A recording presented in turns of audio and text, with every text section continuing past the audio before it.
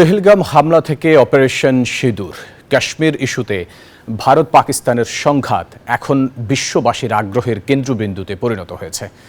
দেখে নেওয়া যাক কিভাবে এগিয়েছে চলমান এই পরিস্থিতির ঘটনাক্রম। নতুন করে ভারত পাকিস্তান উত্তেজনার শুরু 22 এপ্রিল 2025। ভারত শাসিত কাশ্মীরের পেহেলগামে বন্দুকধারীদের হামলায় বেশ কয়েকজন পর্যটক নিহত হন। এই হামলার দায় TRF স্বীকার করলেও পাকিস্তানের দিকে আঙ্গুল তোলে মোদী সরকার। বান্ডেল থাকলে প্রতি সেনমানিতে টাকা বাঁচবে। বিকাশ সেনমানি বান্ডেল কিনে জিতুন প্রতি লেনদেনে। 23 এপ্রিল 1960 সালে সিন্ধু পানি চুক্তি স্থগিত করে দিল্লি।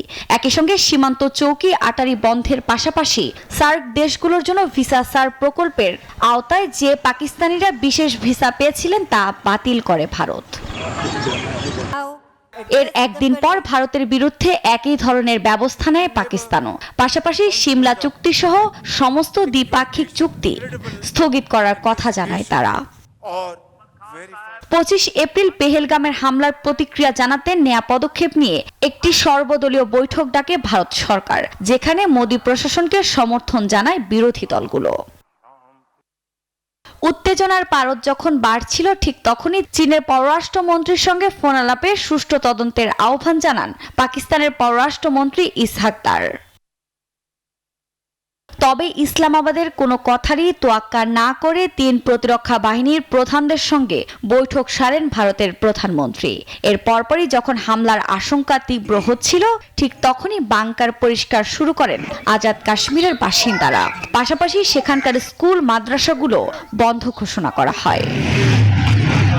চলমান এ উত্তেজনায় মোদীকে ফোন দিয়ে সমর্থন দেন রুশ প্রেসিডেন্ট ভ্লাদিমির পুতিন। যদিও শুরু থেকেই পাকিস্তান বলে আসছিল ভারত যাই করুক প্রথমে হামলা চালাবে না তারা।